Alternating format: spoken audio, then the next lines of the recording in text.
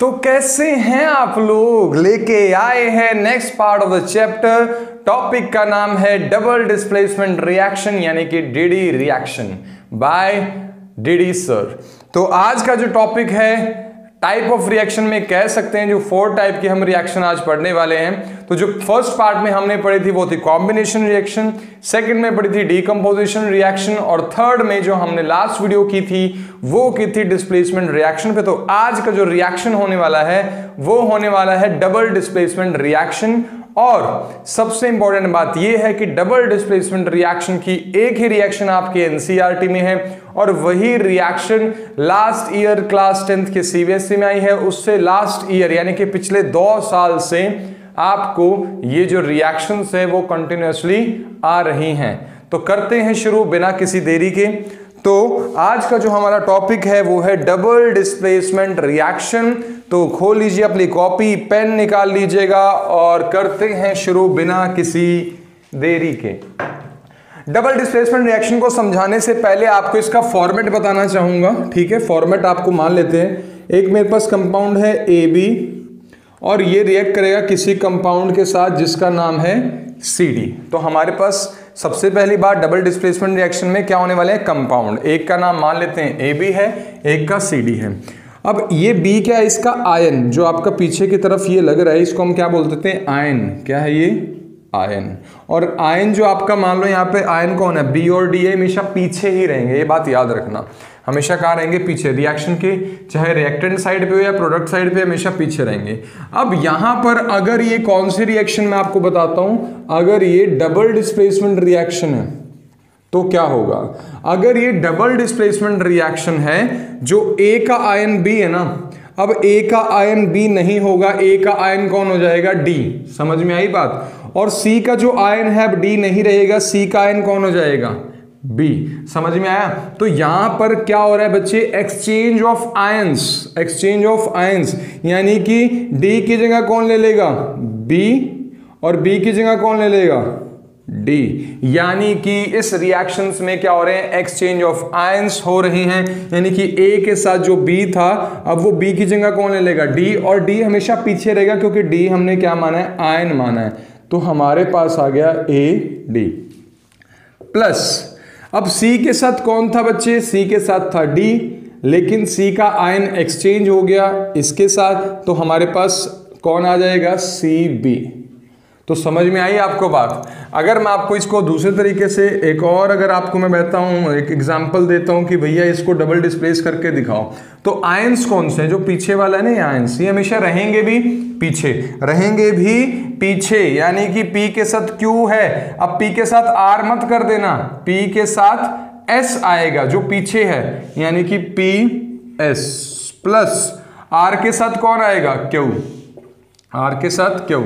तो ऐसे रिएक्शंस जिनमें क्या हो रहा है? Exchange of ions. आपको सीधे सीधे साफ साफ दिख रहा है एक्सचेंज ऑफ आयंस। ये जो पीछे वाला पोर्शन है इसको मैंने आयन बोला है, ठीक है, इसको मैंने क्या बोल दिया? आयन। जैसे कि मैं कहता हूं कैल्शियम सल्फेट, तो इसमें 2 पार्ट हैं, एक तो ये है और एक ये है कैल्शियम सल्फेट। तो इसमें आयन कौन है? यहां पर हम आयन मान लेते हैं SO4 हमारा आयन है। तो ये आपको समझना जरूरी है।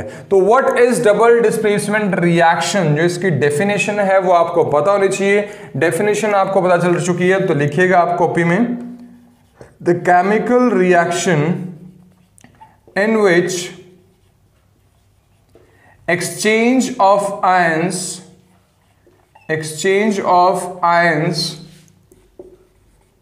takes place। इसमें जो डबल डिस्प्लेसमेंट रिएक्शन है इसका कुछ भी लेना देना नहीं है डिस्प्लेसमेंट रिएक्शन के साथ। पहली बात, बच्चे डबल डिस्प्लेसमेंट के रिएक्शन के साथ गड़बड़ी कर देते हैं, जो डिस्प्लेसमेंट की रिएक्शन है वही लिख देते हैं। The chemical reaction in which high reactive element displaces less reactive element 2 times। तो ऐसा कुछ भी नहीं है। आपको रिएक्शन की एक ही डेफिनेशन है, यही याद करनी है, इसके अलावा आपको कोई डेफिनेशन याद करने की जरूरत नहीं है। तो डेफिनेशन कहती है the chemical reaction in which exchange of ions takes place is known as double displacement reaction. अब हम करते हैं इसका एक ऐसा केमिकल इक्वेशन जो कंटिन्यूअसली 2 साल से एग्जाम्स में आ रहा है। तो आप चेक भी कर सकते हैं कंटिन्यूअसली, अगर आप 2018-19 के अगर आप एग्जाम्स निकाल के देखोगे साइंस के, तो आपको ये जो क्वेश्चन है पक्का आपको मिलेगा। तो क्वेश्चन कहता है सोडियम सल्फेट और बेरियम क्लोराइड का एक्वस सॉल्यूशन लेना है, यानी कि सोडियम सल्फेट। तो पहले आप क्वेश्चन को करने की कोशिश कीजिएगा।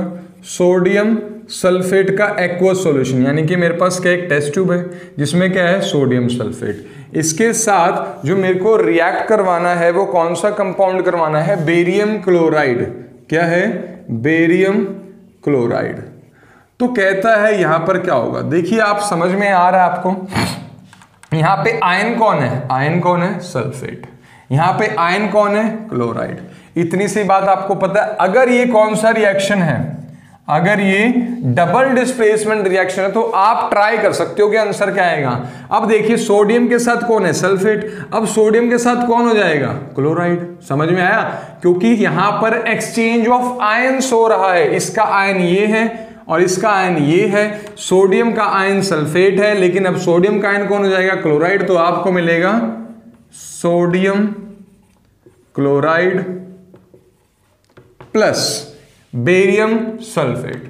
क्या मिलेगा, बेरियम सल्फेट। तो ये आपका इस तरीके का जो रिएक्शन है, this is an example of double displacement reaction. एक ही रिएक्शन है ये आपकी एनसीईआरटी में, एक रिएक्शन ये है जो एनसीईआरटी में, और एक रिएक्शन है जो आपके क्वेश्चंस में पूछा गया। 2 रिएक्शन से ज्यादा हम भी नहीं करेंगे, क्योंकि इन्हीं 2 में से हमेशा आता है। अब हम इसको क्या करते हैं, इसकी केमिकल इक्वेशन को रिप्रेजेंट करते हैं, सोडियम सल्फेट। अब आपको पता होना चाहिए सोडियम सल्फेट का फॉर्मूला क्या होता है। तो आपको फॉर्मूला बनाना सिखाया गया था पार्ट नंबर 1 में। तो पहले हम फॉर्मूला बनाते हैं सोडियम सल्फेट। क्या होता है फॉर्मूला, ये सोडियम हो गया, ये हो गया सल्फेट, इसका होता है +1, सल्फेट का होता है -2। तो फॉर्मूला आ गया Na2SO4। तो सोडियम सल्फेट का फॉर्मूला क्या आ गया, Na2SO4 प्लस बेरियम क्लोराइड। क्या है, बेरियम क्लोराइड, BaCl। क्लोरीन का होता है -1, बेरियम का होता है +2। तो क्या आ गया, BaCl2, यानी कि बेरियम क्लोराइड। अब क्या होगा, सोडियम क्लोराइड, यानी कि Na और ये Cl। अब सोडियम क्लोराइड का फॉर्मूला बनाना आना चाहिए आपको। फॉर्मूला कैसे बनता है, Na सोडियम के लिए, Na क्लोराइड के लिए क्लोरीन, सोडियम का होता है +1, क्लोरीन का होता है -1। तो आ गया NaCl। क्या आ गया, NaCl plus barium sulphate, barium sulphate Ba और ये आ गया SO4। बेरियम की वैलेंसी बताई थी +2 है, तो इधर आ गई +2। सल्फेट की वैलेंसी क्या है, -2, तो इधर आ गई -2। क्रॉस मल्टीप्लाई, +2 से -2 cancel. The given formula for barium sulphate is BaSO4, यानी कि this is the correct way to write the given equation. तो ये आपको बहुत सही तरीका आपको बता दिया गया है। Na2SO4 gives Na2SO4 plus BaCl2 gives NaCl plus BaSO4। अब क्या रह गया, इस रिएक्शन को बैलेंस करना रह गया। तो क्या करना है, Na के पास 2 है, इधर Na के पास 2 कैसे कर सकते हो, इधर लगा के। तो यहां पर आप चेक कर लीजिएगा, Na है, सल्फर है, ऑक्सीजन है, बेरियम है और है क्लोरीन। रिएक्शन को बैलेंस करना बता रहा हूं। सोडियम के कितने हैं, 2 हैं, सल्फर का 1 है, ऑक्सीजन के 4 है, बेरियम का 1 है, क्लोरीन के 2 हैं। अभी हम बैलेंसिंग करने से पहले की बात कर रहे हैं। NaSO_BaCl, सोडियम का 1 है, सल्फर का 1 है, ऑक्सीजन के 4 हैं, बेरियम का 1 है, क्लोरीन का 1 है। तो दिक्कत कहाँ पे आ रही है, सोडियम में आ रही है और क्लोरीन में आ रही है ना। देखो कहाँ दिक्कत, सोडियम के 2 इधर 1 है, क्लोरीन के 2 इधर 1 है, यानी कि सोडियम और क्लोरीन के 2 होने चाहिए। तो हो गए हैं। अब सोडियम के कितने हो गए, 2, क्लोरीन के कितने हो गए, 2, यानी कि 2 1 4 1 2, 2 1 4 1 2। The reaction is balance, simple balance हमने इसको कर दिया है NaCl के आगे 2 लगा के। समझ में आ गई बात। तो ये आपका पहला एग्जाम्पल है। और हमें ये एक्सपेरिमेंट करना कैसे है, सोडियम सल्फेट का हम कौन सा सॉल्यूशन लिया था, यानी कि इस रिएक्शन में कुछ भी ऐसा नहीं छोड़ना जहां से क्वेश्चन आपका खराब ना हो जाए। तो सोडियम क्लोराइड जो आपका नमक होता है, जो हम घर पे नमक खाते हैं, कॉमन सॉल्ट, उसका फॉर्मूला है सोडियम क्लोराइड, और ये आपका सॉलिड स्टेट में।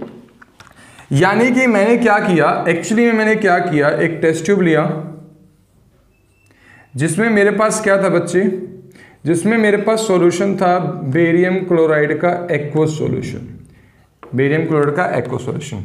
और मेरे पास एक और टेस्ट ट्यूब थी, एक और, तो टेस्ट ट्यूब की जगह कम बन रही है, दोबारा से इसको बना लेते हैं।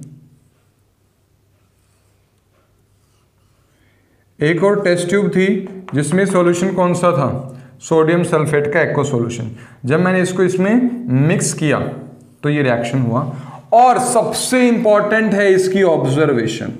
इस रिएक्शन में आपने क्या ऑब्जर्व किया, ऑब्जर्व ये किया कि जब मैंने सोडियम सल्फेट के एक्वस सॉल्यूशन को बेरियम क्लोराइड के एक्वस सॉल्यूशन के साथ मिक्स किया टेस्ट ट्यूब में, तो टेस्ट ट्यूब में जो नीचे है एक पाउडर डिपॉजिट हो गया, एक पाउडर इकट्ठा हो गया जो सेटल डाउन हो गया, जो सॉल्यूबल नहीं है उस सॉल्यूशन में। समझ में आया क्या होता है सेटल डाउन, यानी कि कुछ ऐसा पदार्थ, कुछ ऐसा सब्सटेंस वहां पर बना जो सेटल डाउन हो गया।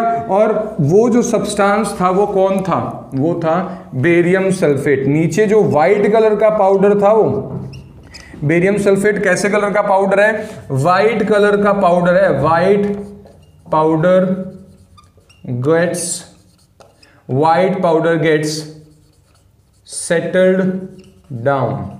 और ये यानी कि ऐसा सब्सटेंस बना है BSO4 जो सॉल्यूशन में मिक्स नहीं हुआ, ठीक है, जो आपका एक्वस सॉल्यूशन बना है उसमें मिक्स नहीं हुआ। तो यहां पर ऐसा सब्सटेंस जो सॉल्यूशन में मिक्स नहीं होता, जो सॉल्युबल नहीं होता, ऐसे सब्सटेंस को हम बोलते हैं प्रेसिपिटेट। क्या बोलते हैं, प्रेसिपिटेट। और किसी भी अगर इक्वेशन में प्रेसिपिटेट बनता है उसको रिप्रेजेंट कैसे करते हैं, ये एरो आपका नीचे की तरफ है, तो ये भी आपकी रिएक्शन को और ज्यादा इंफॉर्मेटिव बना रहा है। अगर एरो नीचे की तरफ है यानी कि वहां पर फॉर्मेशन हो रही है किसकी, प्रेसिपिटेट की। तो अब आपको बताएंगे ऑब्जर्वेशन क्या है, क्या ऑब्जर्व करा, व्हाइट कलर्ड प्रेसिपिटेट कौन था, that is BaSO4 is formed. समझ में आया। और जो आपका NaCl है, जो नमक होता है, आपको पता है नमक, नॉर्मल सी बात है, नमक को पानी में आप घोलोगे तो इजीली घुल जाएगा, वो सेटल डाउन नहीं करता। समझ में आ गया। सेटल डाउन का मतलब जैसे मैं आपको बताता हूं, आपने क्या लिया, पानी लिया, पानी के अंदर मिट्टी डाली, आप उसको कितना भी घोल दो, लास्ट में होना क्या, लास्ट में मिट्टी को क्या करना है, सेटल डाउन हो जाएगी, वो उसमें सॉल्यूबल नहीं होती, वो उसमें मिक्सअप नहीं होती। तो ऐसे ही यहाँ पर एक व्हाइट कलर का पाउडर है बेरियम सल्फेट, जिसको हम क्या बोलेंगे, प्रेसिपिटेट। और अगर आपको पूछते प्रेसिपिटेट को शॉर्ट फॉर्म में हम लिखते हैं PPT। तो व्हाट इज अ प्रेसिपिटेट, तो लिखो व्हाट इज अ प्रेसिपिटेट का आंसर लिखो, precipitate is a insoluble substance which gets settled down and insoluble in solution। जो क्या होता है, insoluble होता है in a solution। तो ये आपको इंपॉर्टेंट डेफिनेशन है प्रेसिपिटेट की, और बहुत इंपॉर्टेंट है ये आपको याद करना। समझ में आ गया। अब जिस रिएक्शन में फॉर्मेशन ऑफ प्रेसिपिटेट होता है, उस रिएक्शन को हम बोलेंगे प्रेसिपिटेशन रिएक्शन। तो ये भी इंपॉर्टेंट क्वेश्चन है, व्हाट इज प्रेसिपिटेशन रिएक्शन। तो क्वेश्चन लिखिएगा, what is a precipitation reaction. तो मैं लिख देता हूं, what is a precipitation reaction। तो precipitation reaction का बहुत इजी आंसर है, the reaction, the chemical reaction in which formation of precipitate takes place is known as precipitation reaction। तो आंसर लिखेंगे, the chemical reaction in which formation of precipitate takes place is known as precipitation reaction, is known as precipitation, reaction, और अगर आ जाता है give example, question के साथ आएगा give example, तो एग्जाम्पल आपको पता है लेना क्या है, sodium sulphate Na2SO4 plus BaCl2, exchange of ion, sodium का आयन क्या हो जाएगा क्लोरीन यानी कि NaCl, और बेरियम का आयन क्या हो जाएगा सल्फेट यानी कि प्लस BaSO4, ये आपका क्या है एक्वस यानी कि मिक्सअप हो जाएगा। बेरियम सल्फेट के ब्रैकेट में सॉलिड लिखोगे क्योंकि व्हाइट कलर का पाउडर है जो क्या हो गया सेटल डाउन हो गया, और जो एरो नीचे की तरफ है यही रिप्रेजेंट करती है किसको, प्रेसिपिटेट को। तो यहां पर आपकी ये रिएक्शन में अब कुछ भी ऐसा नहीं है कि आप एग्जाम में आ जाए और आप क्वेश्चन अटेम्प्ट ना कर पाओ, इसके बाहर आपको कोई चांस नहीं है कि डबल डिस्प्लेसमेंट में आपसे क्वेश्चन पूछा जाएगा। तो करते हैं शुरू, एक और एग्जांपल, लास्ट एग्जांपल करेंगे जो आपके एनसीईआरटी में ही है, तो वो आपको करना है। तो देख लेते हैं इक्वेशन क्या है एक बार। तो इक्वेशन है आपके सामने, अभी करवा देते हैं आपको।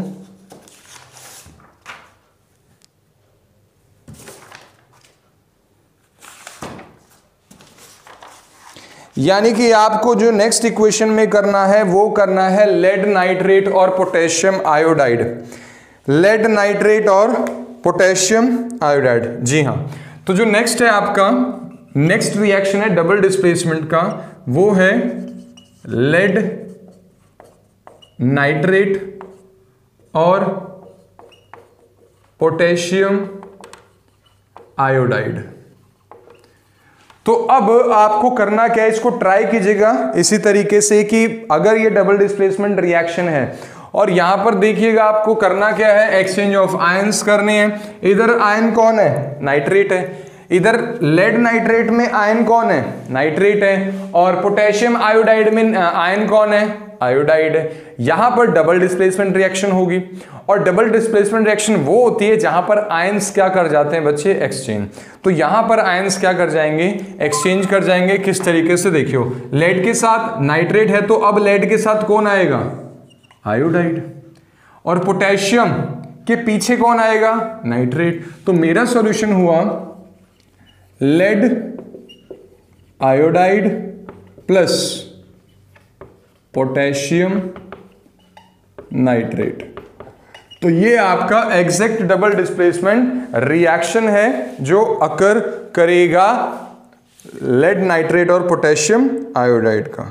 तो इसको राइट डाउन कर लीजिएगा और इसको कोशिश कीजिएगा कि केमिकल इक्वेशन की फॉर्म में रिप्रेजेंट करें।